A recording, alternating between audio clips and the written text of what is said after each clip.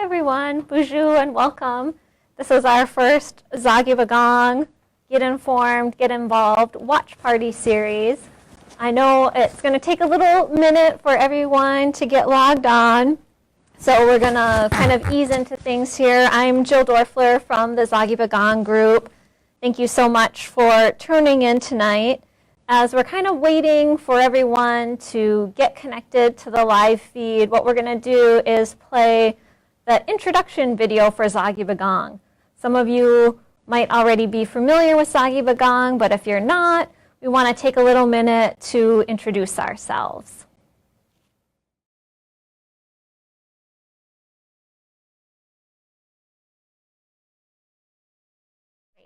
Thank you guys so much. So that gives you just a little bit of brief information about Zagi Bagong as a group. We also invite you to check out our website, which is zagibagong.com, where we have all of the videos as well as a host of other information available. So let me just give another welcome as I know people have kind of been signing on as we showed the first video. Some of you are watching at home, and some of you are watching via watch parties in various locations across Minnesota. And so we welcome everyone who's tuning in, and we'll ask those that are watching from the watch parties to go ahead and say hi to us in the comment box, and we can kind of check in and make sure that everyone is signed on and we're ready to get started, which I can't see, but I know maybe somebody in the studio can kind of give me the high sign if we see White Earth logged on, Leech Lake logged on, Hinckley logged on, Tiwahe Foundation logged on, and Boys Fort. Those are the watch parties that are happening this evening. And then I know there are some people just maybe sitting at home, decided to tune in from there as well. So that's great. Whatever works for people to go ahead and get logged on and tuned in tonight. So one more time, I'm Jill Dorfler from the Zagi Bagong group. I'm serving as a sort of MC hostess for this evening's live presentation. Our topic tonight is the 7 teachings and how they connect to constitutional reform.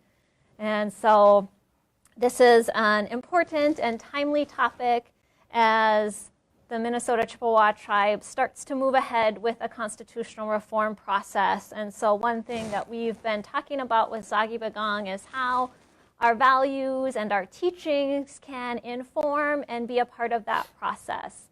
And in the last year or so, Zagi Bagong made a number of videos, which some of you might have seen on our website before. And we thought starting this evening with the 7 teachings video would be a good way to kick off the conversation. So the setup for this evening is we'll go ahead in a minute here and watch the 7 teachings video, and then after that video is over, we'll move into the live Q&A portion. We have Sharon and Ricky DeFoe in the studio here with us at Fond du Lac, and they will react and comment on the 7 teachings and constitutional reform, and we'll also be taking questions from you all. And so we look forward to that portion of the evening. So I think we're all logged on and ready to get started. So let's go ahead and roll our 7 teachings video.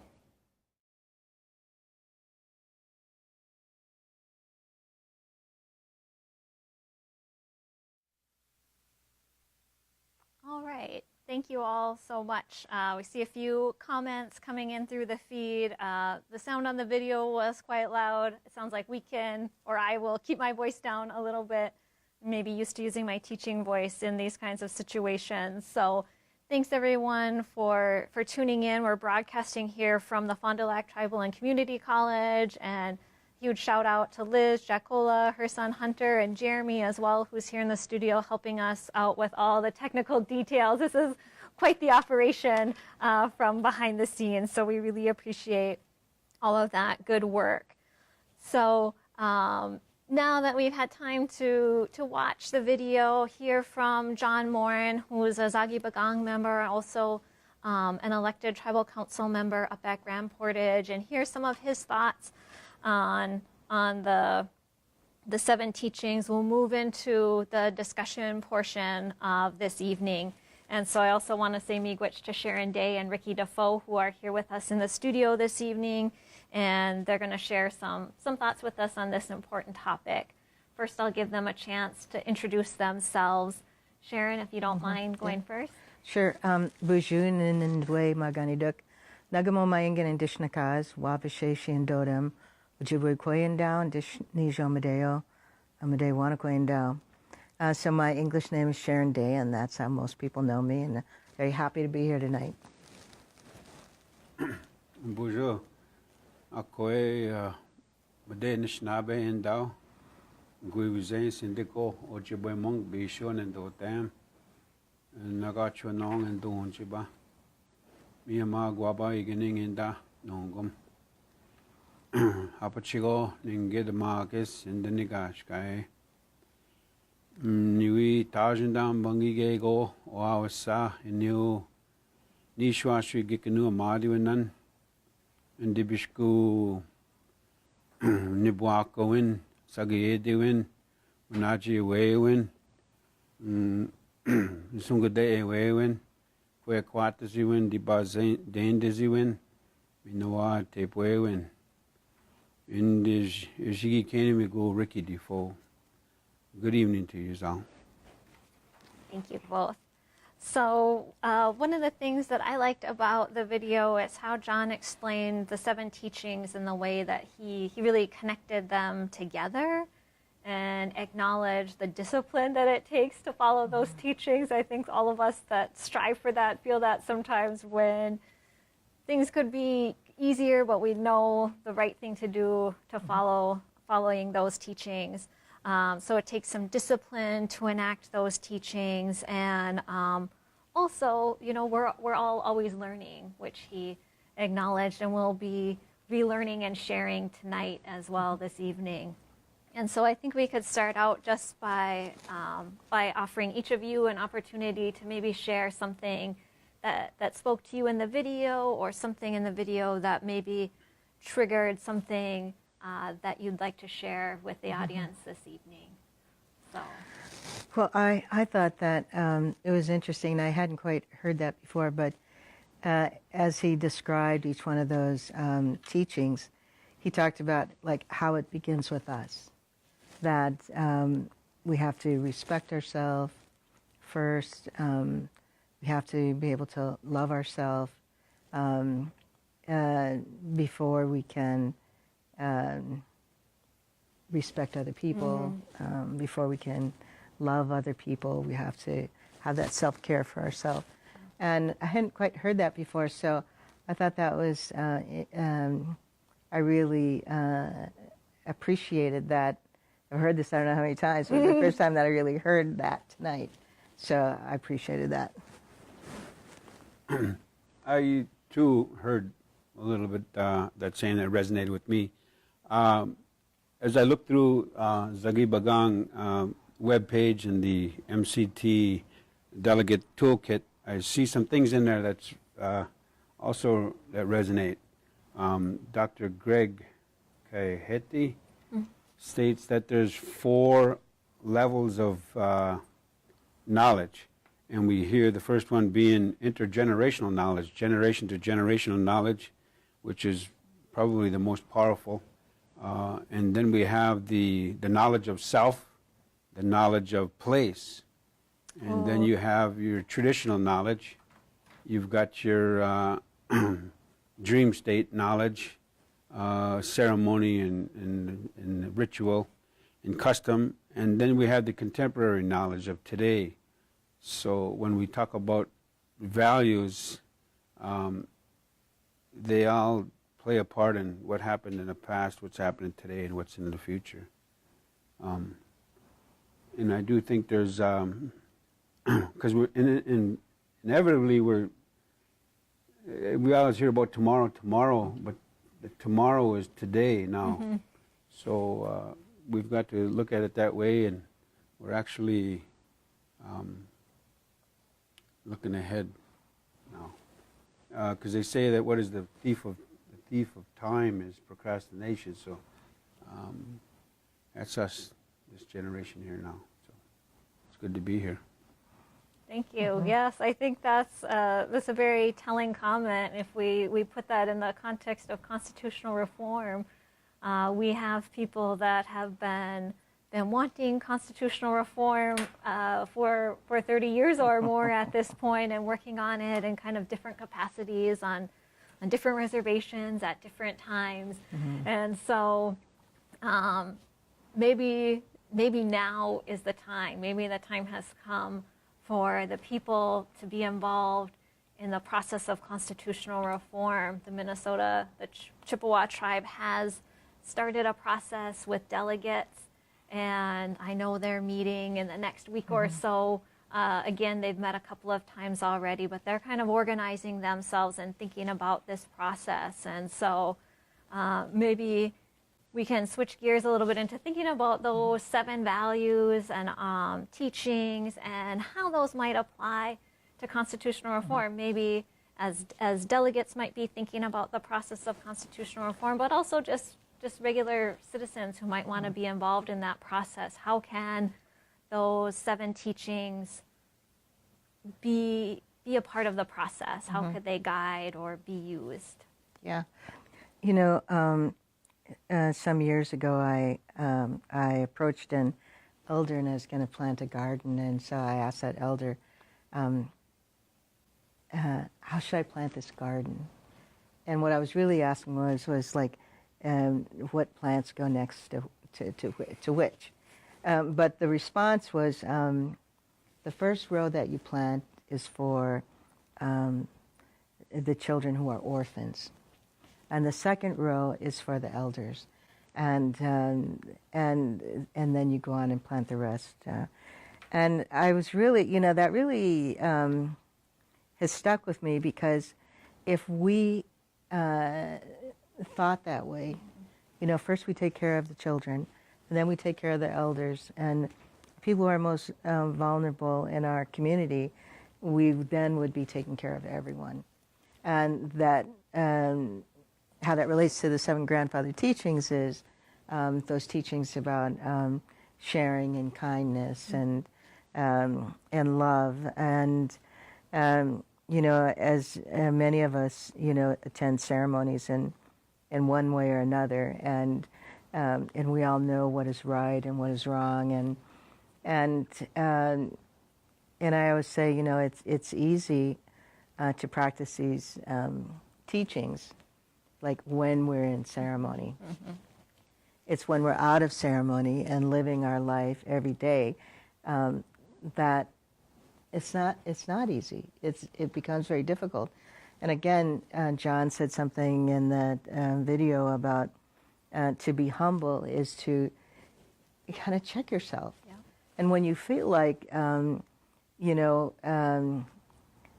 as people are going to debate different things in the Constitution, and I think that's a good thing for all of us to do, is to take a step back and say,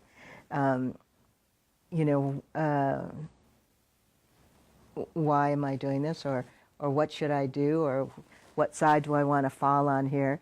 But to remember that we are either practicing those 7 teachings, or we're practicing the opposite. Yeah. Thank you, Sharon. I also think about the 7 teachings as we pursue our future. And even so, I know I hear some talk about, are they grandfather teachings, are they grandmother teachings, or are they just teachings and things? And some said, well, this was a way of life from the beginning. It wasn't put out there as that, either grandfather or grandmother. It was teaching to live by a way of life. So I think that we have to ask some big questions of really who are we? Are we a collective consciousness? Is that who we are? Are we by descendancy and things? Because I think it's important to understand in this process that there's some elements to our society.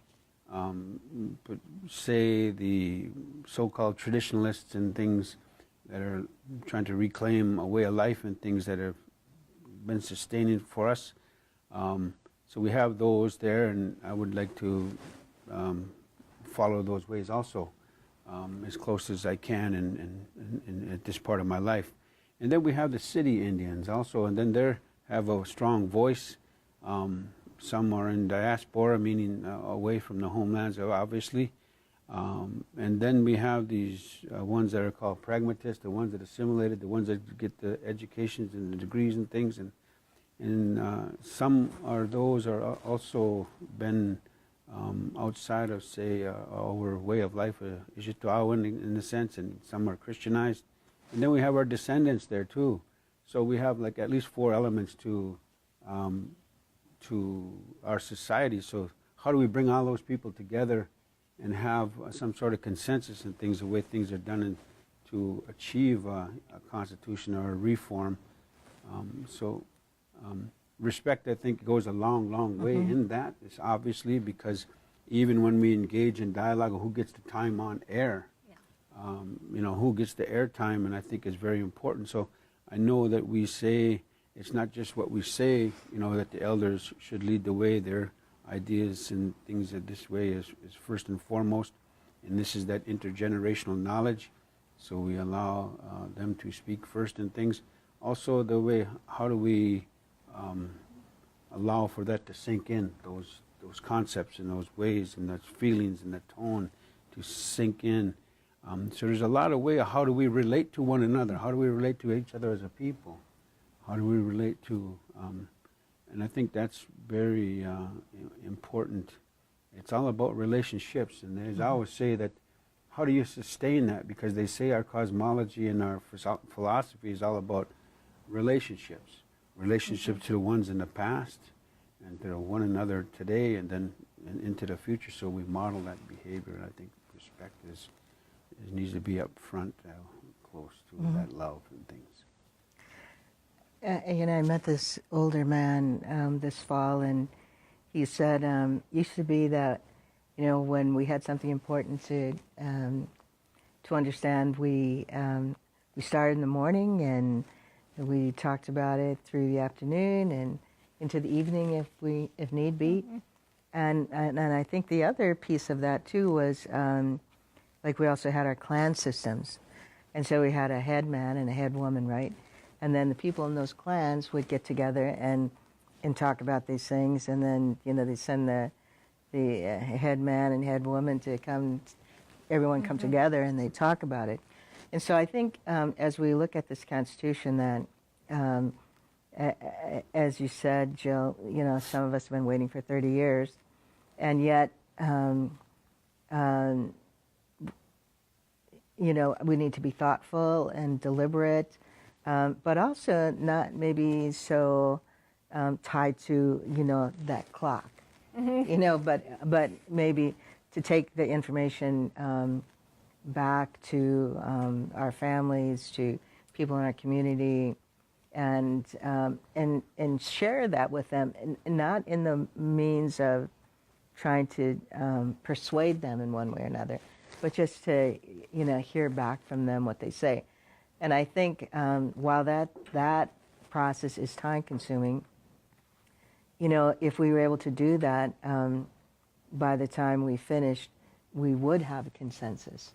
We would allow ourselves to come to that consensus. Right. Yeah. Consensus building is a time-consuming and yet really valuable process, and it is something that has been a time-honored tradition of our people. That consensus is really a process of compromise that over many days, many months, many years, depending upon the scenario, takes a while to build and think upon and reflect and hear a variety of perspectives And you know, we've all had a time when we've had our mind set, or we thought we're sort of made up on something, and then we hear another perspective and we come to a fresh understanding. And I think that's part of the consensus process, part of the learning and education process that will be going on as a part of this constitutional reform effort. But if we can relate all of that back to these 7 teachings, you know, always coming back to that, and we get stuck coming back, you know, what are these values, you know, then I think we'll be able to move forward. Excellent. Yeah, that's a great point. We're going great on our conversation now. I just want to remind the audience who's watching, especially those of you that are at watch parties, you all have note cards or notepads in front of you to write down questions and share with your host, who will then share them on the live feed for me. So if you haven't already started that process in your watch parties, go ahead and start maybe collecting some of the questions, and we'll be moving through those as we can during the last 45 minutes or so of the presentation and our discussion this evening. So I will be keeping my eye on the iPad here and scrolling and looking for those to come in and trying to facilitate that process. So just a reminder on that. So in returning to our conversation and thinking about, I think those are some good thoughts on the process and how the 7 teachings and values can guide in that process, both through, there will be points where we need to step back and say, okay, we're sort of stuck on something. And like you all said, can we then come back to love and respect, and then be ready to continue on with the process. I think another thing that might be interesting and valuable for us to think about tonight is not only how those teachings might guide the process, but also when we think about a document like a constitution, we want a document that reflects and enacts our culture and our values. That's what governing documents do, or what they should do if they're going to work effectively. And so any thoughts and comments about maybe the ways in which those values might be embedded into the governing structure? We've been governing under an IRA structure, you know, since the mid-1930s now, and that structure came more or less via the federal government, not a process of our people engaging and thinking critically about how we want to govern ourselves, but it came from the outside. Now we have an opportunity perhaps to reconceive, to rethink about a new kind of document. Part of the history, I think, of Fond du Lac here, Nagachwanong, is that we, in fact, didn't vote for the acceptance of the IRA, Indian Reorganization Act governance. So I think the scholars and the thinkers and their elders especially say that we need to re-familiarize ourselves and re-educate, if you will, our history in a comprehensive manner so that we know exactly how we come to be where we're at today. And then we realize that we have these 7 values, these 7 teachings, and that the reality is that colonialism has been around for 500 plus years. So we have to be cognizant of that and say, hey, are we colonized? Are we a colonized people? So we have to, those concepts of colonized and colonialism and capitalism and these things like that, to where we're at today, need to be understood and talked about. And so education process, which is up there and up in front, to be educated, educate the people, and that's what we're trying to do here this evening. Not only education, but then we have to have it in a depoliticized manner, and then you have to have a broad base of young and old and male and female and all these, so a broad base of that. We've got to be flexible, and it's got to be somehow financially supported.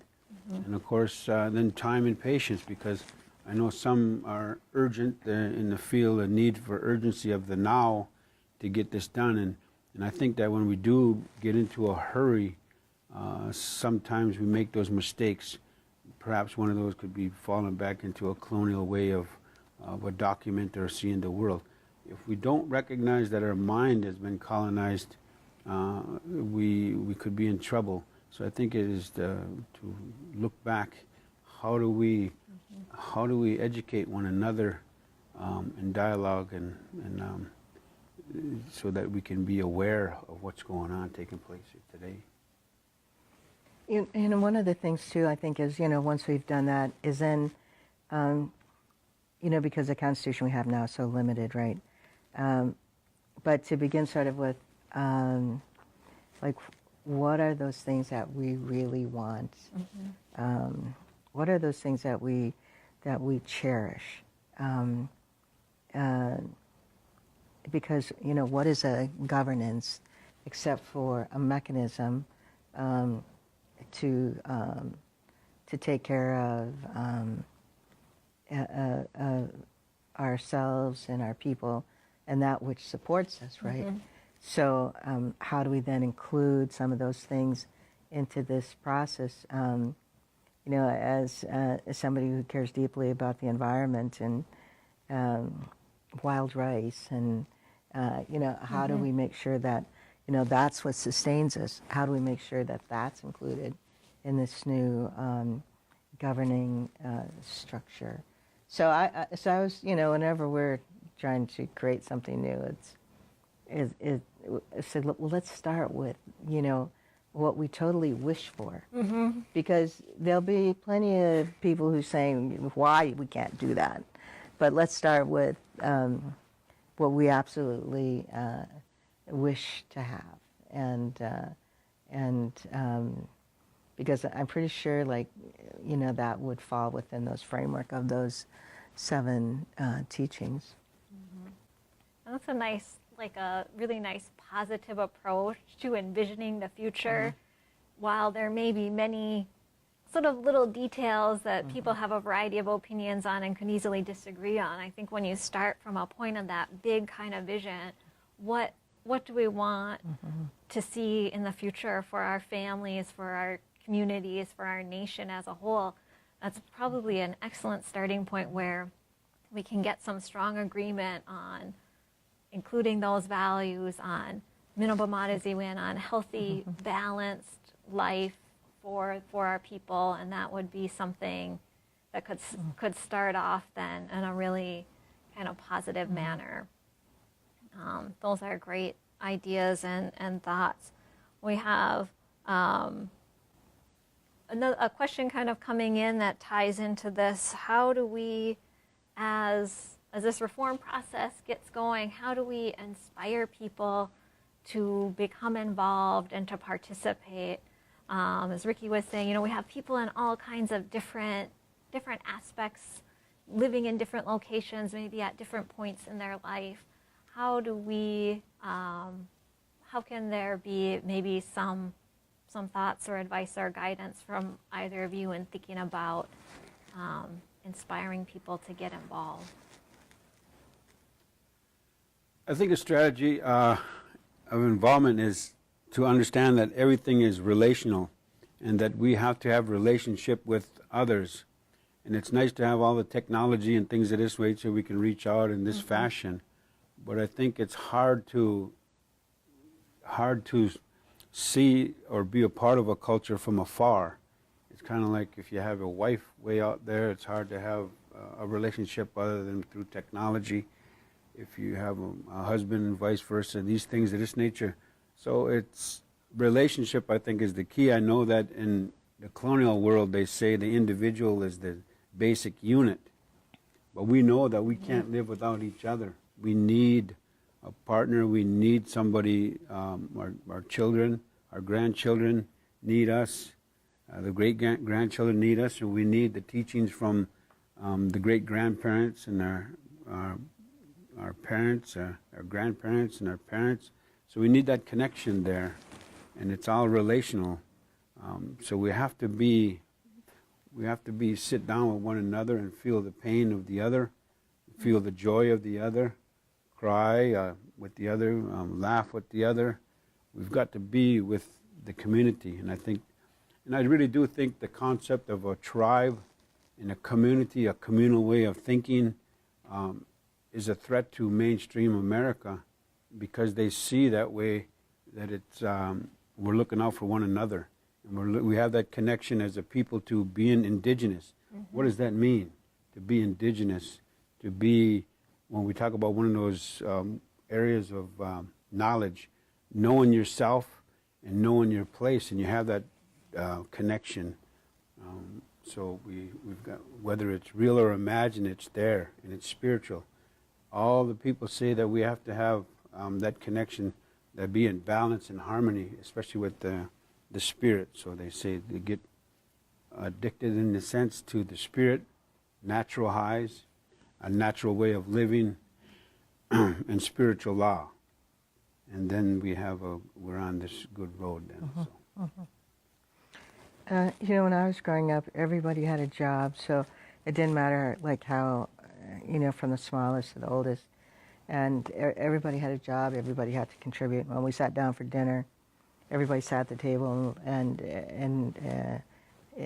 everybody got to say how their day was. You know, which is unlike my friends' families, where just the adults talked, and you know, but so I guess I would sort of say to folks is, you know, just as when I was growing up, everybody had a job, everybody had a responsibility. It is all our responsibility to, you know, this is really, we've been waiting for this time for so long, and I can't imagine even anybody not wanting to participate, because this is what we're going to create is going to go on for some time into the future. And it's going to affect all of every aspect of our life as members of the Minnesota Chippewa tribe. So why wouldn't you want to have a say in that? Excellent. Yes, and I think I like your connection back to responsibility there. That's something that definitely connects back to our teachings and our values, is that it's we all have a responsibility to participate. We have a responsibility to contribute, whatever that might be. That we all have different gifts and different abilities, and those contributions are different. And that's so valuable in a process like this, because we need people with strengths in a whole variety of different areas as far as what they might be able to contribute. And I think when people make a contribution, for any of us, it feels good, and it makes you want to continue to act in that manner. And that's the kind of thing that we want to continue to reinforce in people, that by enacting your responsibilities, you'll feel good. You'll get that natural high that Ricky mentioned, right? Like that's what we want. We all want to feel like we can help and we can do something, because we all want, in the end, that big vision, the minimum odyssey win is what we ultimately want, and we want to see that in our governing process. Connected to that is a question that's come through in thinking about the process and our teachings and values. Question: do we think that the process constitutional reform, can that process begin with ceremony? What might that look like, or how do we think about ceremony in connection to this process? Well, everything we should do should begin with ceremony, right? I mean, even when we got here tonight, you know, we were handed some tobacco, and I know Wayne had given me some before, and I'd given some to Ricky, and that's how we all got here, right? Yes. So I think everything we do should begin with, you know, some form of ceremony, whether that simply be tobacco or smudge or sometimes, when we go to the lodge, there's a bowl of fresh cedar there, and we take that and we, sort of let go of everything else before we begin our deliberations. And I think, that might be something too that we could do is, starting like fresh. Mm-hmm. Yeah. And I agree totally. If one thinks that they have all the knowledge and the understanding of a process, that we're in trouble. So we have to be humble and to reach out to others. And who are those others? Our ancestors and those Manitou that are close by. So we have that connection. So we have a spiritual connection. And if we don't have that, and if we're not humble enough to acknowledge that, we're out of balance. So we have to have the spiritual, the physical, the mental and the emotional, and even the social. Everything has to be in balance. Now people say that, well, then they put sound like this on to you, that you're a spiritual person, you're a spiritual man, you're a spiritual woman, so therefore you take the lead in things. Mm. And how does one say, well, are you the spiritual person in things? Are you our spiritual? Well, we have to say, well, we're one of those. Mm-hmm. Everybody has spirit and everybody is spiritual. So we all have that responsibility to contribute. But I do believe that there's power in our medicines, there's power in ceremony, there's power in community. And when we contribute in that way, it's a way when shichigeyang. So it's a good way to begin things. So we know that in a checklist of sorts that we got that checked off, and I think that's first and foremost. I agree. Thank you both. Great, excellent thoughts. So we are taking questions live. The last two questions we answered, in fact, were from the list coming in. So I see we have some comments asking us to please take questions. We are. We'll invite you to go ahead and submit questions, and I maybe slightly reword them in my own way rather than read them perhaps word for word, but that's a process that we're going through this evening. And so we welcome other thoughts and comments, especially thinking about our teachings and our values connected to constitutional reform. I see we have a real technical question here in the live feed. I don't think we're going to address that technicality tonight. We will have some other presentations on down the line where we have some attorneys and other people who might speak to sort of technicality aspects in the current Constitution. But for us this evening, we're mostly trying to think about in the larger picture and scheme of things, kind of setting the tone for constitutional reform and our 7 teachings and values as a part of that process. Okay, thank you. Now I'm asked to speak up again, so we'll work on the volume of my voice during this process.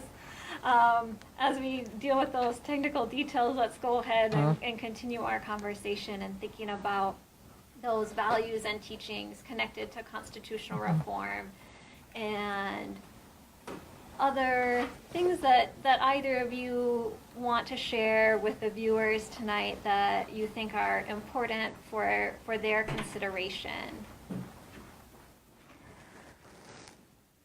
Well, I just think that we had a way of living, of being in the world, that we shared with other people and other tribes, and when we go back to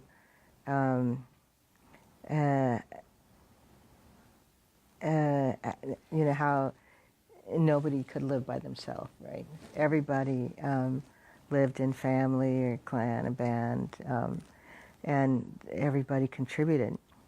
And we had, this clan system that where you were taught from the time you were young. In my family, for instance, there are 13 of us that survived infancy and lived, into adulthood, and we just lost a couple of the older ones not too long ago. But in our family, we don't have any millionaires, and I think not because perhaps we didn't have the creativity or the genius or the ambition, but because from the time we were little, we were instructed to, your job, Wabasheshi, is to take care of the people. And so in our family, we're, school teachers and social workers and on the tribal council, and we're that because that's the way we were raised. That's what we were supposed to do. And every clan had their roles and responsibilities, and children were taught that from the time they were little. And and with some of that came some leadership skills that were unique to each clan. And with this IRA government, and we moved away from that, and it was, how many votes can you get to become leadership, and for this period of time, and in historically, at least what I understand, leaders kind of came and went and arose to an occasion, and so as we look at some of our history and we look at what is it that we wish to move forward, I think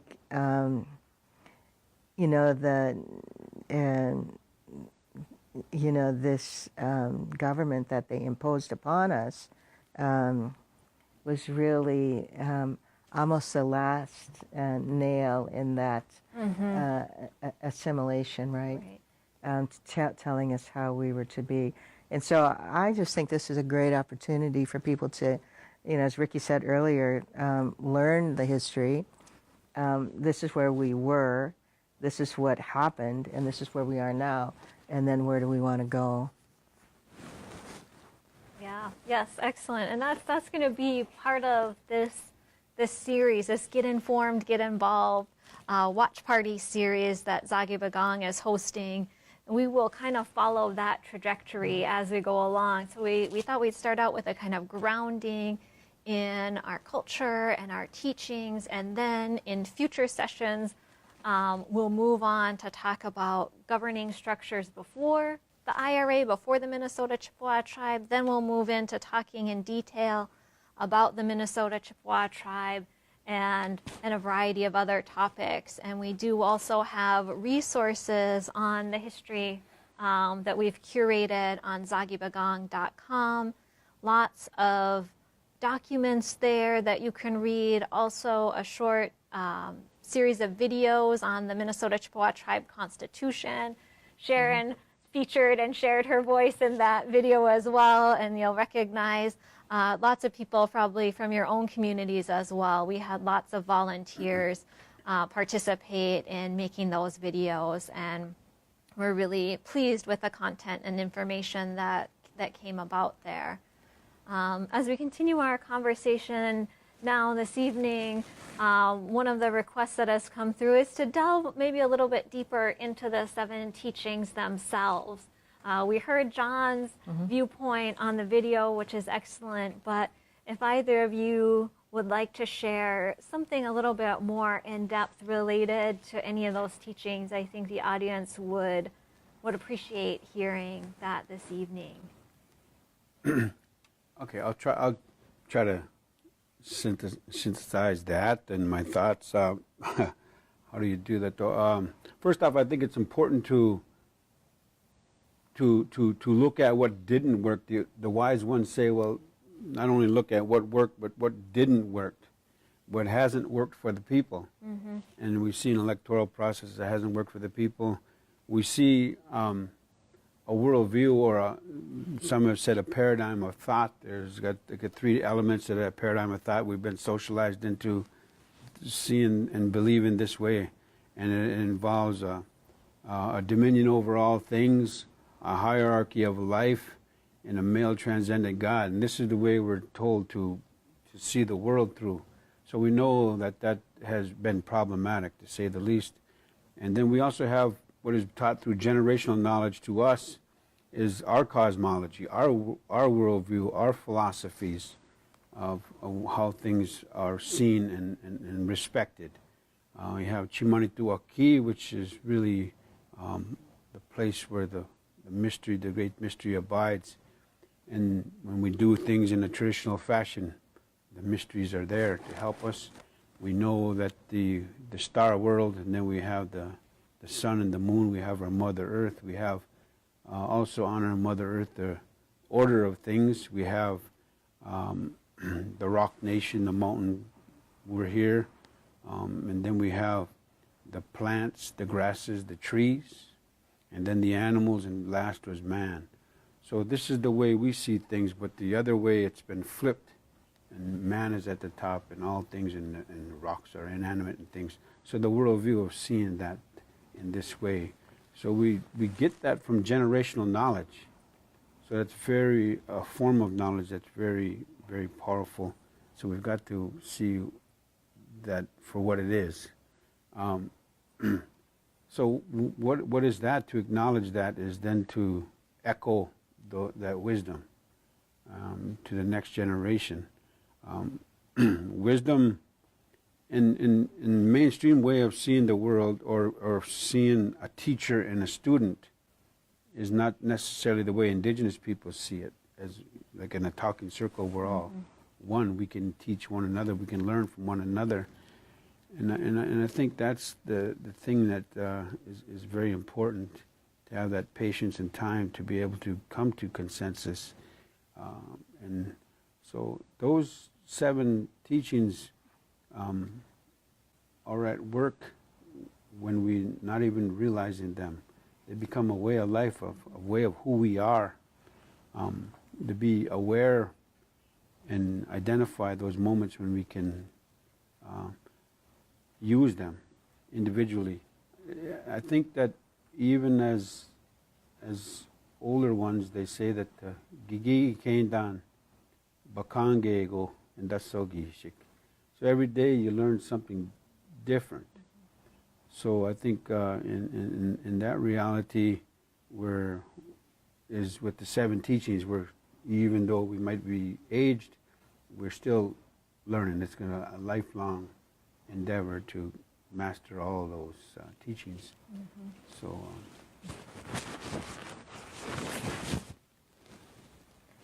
well, when there were so many of us. I remember once we went to town, and my mother, when my dad was there, we were all really, really good. But when my mom was just there, we were not always so good, because we could run away from her. But anyhow, we went to town, and we seen somebody who had some disfigurement. And we were little kids, and we went home. Then we were all sort of, acting like we had that. And so my mom, she sat us all down, and she told us a story, which is how she taught us many things. But she sat down and she said when she was young, there was a young boy on the reservation, and he was born with no arms. And she said he could do everything that the boys could with arms and hands. And she said, but there was a group of boys who it was kind of the ringleader, and they would tease him and chase him and stuff. And she said one day he was walking down the road, and he seen those boys coming towards him. And so he, with his toes, he picked up a rock, and as they got closer, then he threw it and hit the ringleader in the head with the rock. And she said, they never bothered him again. And she said that young man grew up, and he joined the circus, and he traveled the world.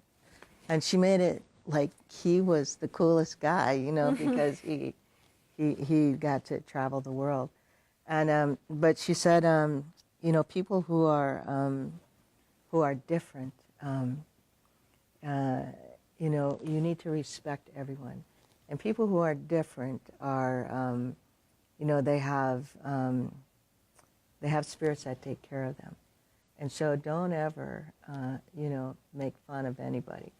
And, you know, it turns out, you know, like me and my brother,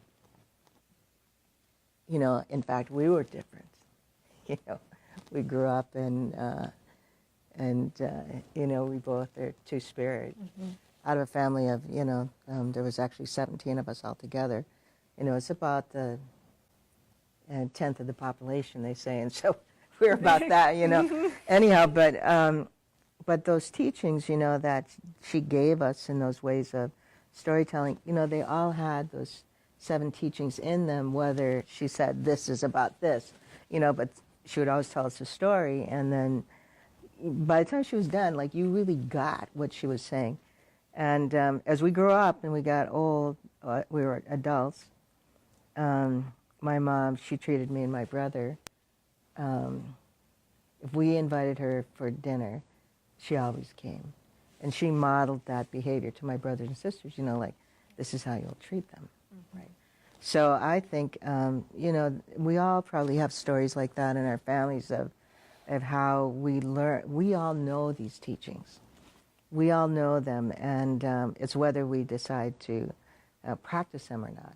But, you know, you also have that little voice saying, oh, don't do that. And then because we're humans and we have free will, we go ahead and do it anyway. But then, you know, do we continue to, when it turns around and, you know, and we have to pay the price for that, do we continue to do that or not? That's the question. Yeah. And this connects, one of the questions that has come through on the live feed here is also connected to what about when we have people or we have current governing structures not following our teachings and not enacting those principles? How does then the group react and deal with that kind of a situation? Because we're all always, many of us are always doing our best to follow those teachings. We're not always successful. There are other people who, for whatever variety of reasons, maybe aren't striving for that in a conscious manner. And so what happens when we're falling short and we see that happening? I think we have to take a look at investment. How much have we invested into a system that's inherently detrimental to our well-being? Now, some of those, we talk about colonialism and capitalism and the predatory ethics of those things, but some of the folks have been around for a long time. They talk about oligarchy and things. They've been here for a long, long time in the leadership roles and things, and they're invested into a system. So they've got money invested in it, they've got time invested in it, they've got education invested in, schooling invested into it. So a lot of times when individuals come with a different way of seeing the world, they indict the individual rather than the system. So I think that's a huge problem. We have to be aware of that and call them out when they do those things. You're protecting a system that's inherently detrimental to our people. And so we have to be careful not to replicate those systems of oppression. So I think it has to go with in how much we have invested. Some don't want to go to the extreme. They want to push change, they want to push reform, but when it starts to get a little bit too close, then they'll push back. And then they'll say this one is too radical. These folks are too radical, they're starting to get violent and militant and things. Now, one of the teachings talks about courage, bravery, zungadewen. So you have to have a strong heart. And these ogichidawiwok, those ones that are that way, have value, much value, because they push the bar higher in a militant fashion. They'll put it way up here, whereas the civil leaders then will bring it down over here. And of course the colonizers and stuff, they want it way down here. So invariably there's much value in Ogichidawi, so the bar is pushed higher yet. But if we're invested in a system that's hurtful to our people, then we will look down upon those ones that are putting their lives on the line in this fashion, and then you have all this repression from the government forces that are hurting our people, and then sometimes they look at those ones as the problem, and they're living, being courageous, doing the right things and things. So we've got to be careful about not pushing out lateral violence to the ones that are living deeply and embedded in living a courageous way of life. So we've got to be cognizant of all that and aware of it and identify it and call it out when it's happening. And I think that really will be like a key thing that we look for as we put together a new constitution is, you know, how do we create those, because those checks and balances, right? Because that's what we're in the midst of, you know, within the larger society within the United States right now is, you know, a government that's so corrupt and but we just had an election and we'll see how that plays out. But I mean, you know, we didn't invent these things. We learned very well from other people, and I do think that you know, when we look around the world today, you know, where are those countries that are still where the land and the government is still controlled by you know, the colonists, right? And we're one of those only countries. So I think, you know, there's sort of that big broad picture, and then, you know, when we've learned very well from, but we don't have to continue that system. Thank you both. Excellent. Sounds like we're losing sound, so I'll maybe keep talking to see if it starts to come back here. What? They didn't hear anything what we said? That's brilliant. Just start over. Can you just repeat What did I yourself? say? Yeah, what was it? Please, word for word, exactly. That would be. Are we still? No sound still. Okay. Hit refresh, kids. Oh. We're pretty close to the. We're pretty close to done. I'm gonna ask you guys one more question. I'll field it to you Yeah. softly while we've got no sound. This is a question that always comes up, and I'll try to maybe put it in a way, but should the MCT stay together or separate? And I think there's more options than that, and I'll maybe say that in my question, but I might field that to you all if you felt like you would be willing to engage that. It's, you know, I think MCT could have one constitution everyone governs under. MCT could have, just like the US, like a sort of federal level constitution, and each tribe could, like states, have a constitution, or we could have a system where each of the bands or tribes each has their own constitution and they collaborate under an entity like the, what is it, the Great Lakes Intertribal Council, something. So there's many options. Sound is back up. Great. So we'll give a minute. Sounds like we were off sound for a little bit, and now we're back on.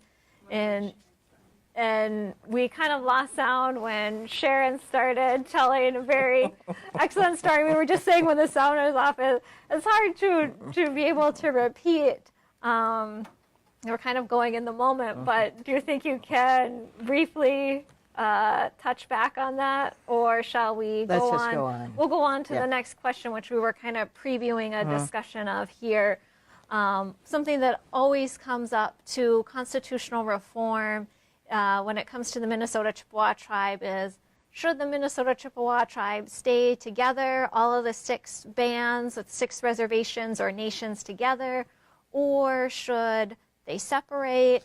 Another option that's connected, if they all stay together, would there be a constitution at the MCT level and constitutions at each band, or what would that possibly look like? There are a host of options for ways to organize a governing structure, and so that is the kind of complicated question to you all. I think it's more the question posed in the feed was sort of, should MCT stay together or split apart? So sort of yes or no to that, but then beyond that, any thoughts or advice that you'd like to share, or a teaching that you might like to share that would connect to the decision-making process when it comes to that question? Okay. We have, what worked and what didn't work. The Tribal Executive Committee. I always heard for a long time this concept of autonomy. You have a centralized so-called umbrella organization, Minnesota Chippewa Tribe. And even the name Chippewa, some are like, well, what is that? So the name is really problematic also. The centralizing of power could be looked at in a good way or a bad way, and obviously it's up to the people to make those decisions. But I think that when you have a centralized place for power and it's not utilized, and they'll say, well, you have the autonomy to do what you guys want over there at Fond du Lac. Or at the same time, as an example, when the pipeline comes through both reservations, Leech Lake and Fond du Lac, and then you have the autonomy, so you're not even, because of the corporate powers, that you're not even in relationship with those ones across the lands. So there's a huge problem with that concept of autonomy when they want the power, but they always give the autonomy to you to go ahead and do what you want to do. So then at the end of the day, say if we do the same amount of labor, I get $80, and then we talk after a soda and a pizza later on, and you got $120. How did that work out? Well, you have the autonomy to do this and that. It's not for the welfare of the people. So obviously, we have to look at that. Has it worked in the past? You think of the stories of your mother, your father, your grandfather, your grandmothers and fathers and things. Their stories of did it work? And so those stories will be echoed when we move forward. Well, just kind of the bigger picture, right, is, but relating it to, when I was traveling in North Dakota a couple of years ago, and we were walking the Missouri River, I met this man, and he introduced himself, and he was like my same clan, right? So we were related. And then I was up in Toronto. I met some other people, and we're the same clan. We were related. And as Ojibwe people, and even beyond that, before we migrated here, we were known as people of the Three Fires, right? Menominee, Odawa, Ojibwe people. And each group had a responsibility. We were the faith keepers, and the Potawatomi were the fire keepers, and the Odawa, they were like the emissaries, they went ahead. And as Ojibwe people in North America, we are the largest population of people. But one would never know that, because we live in such small bands, and so I think to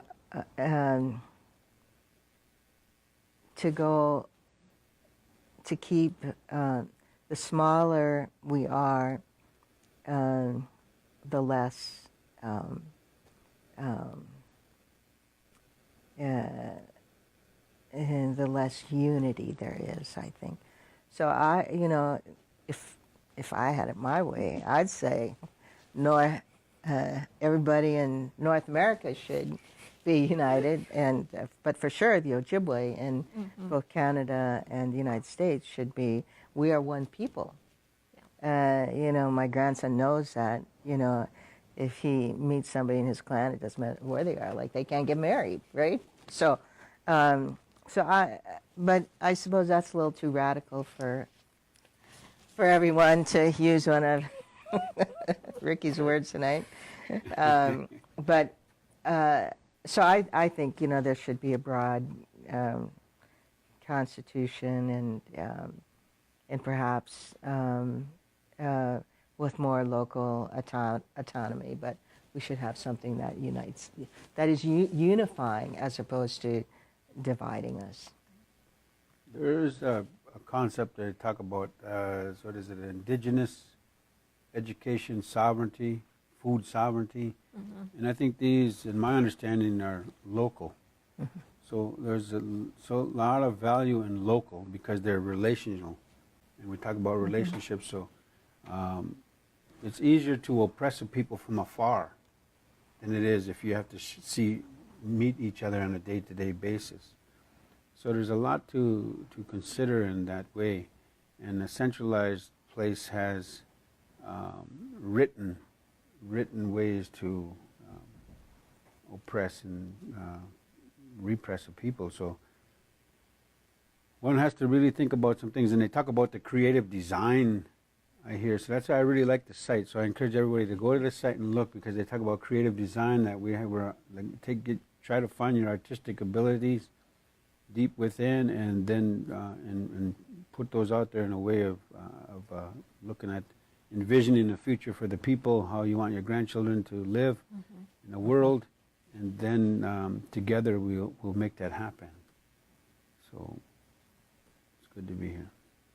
It's exciting time. Yes, Miigwech, thank you. I think that's actually a nice kind of point that sums up our really rich and deep conversation this evening, and I really extend a Chi-Miigwech to both of you for dealing with us, bearing with us through the technology issues. A final shout out and thank you to our team here at Fond du Lac. We are going to be continuing this series, so January 24th, we will be broadcasting live again. You'll have your choice at that time. Again, tune in live on your device at home or join a local watch party, and we'll be getting information out on the Zagi Bagang Facebook page about the various locations that you can go to the watch party. I know our watch party hosts have some sort of housekeeping items that they'll be wrapping up with tonight. When we're back on January 24th, John Morin, who was featured on the video today, will be here live in person, and we'll be talking about the clan system and traditional governance, so pre-IRA kinds of governance that I think will be connected to some of the questions actually that we didn't get to. Thank you to everyone for their questions in the live feed. We appreciate that engagement with this process, and to everyone for tuning in. So check out zagibagong.com. And with that, we will be signing off. So, Gigawabamin. Gigawabamin. Nagach.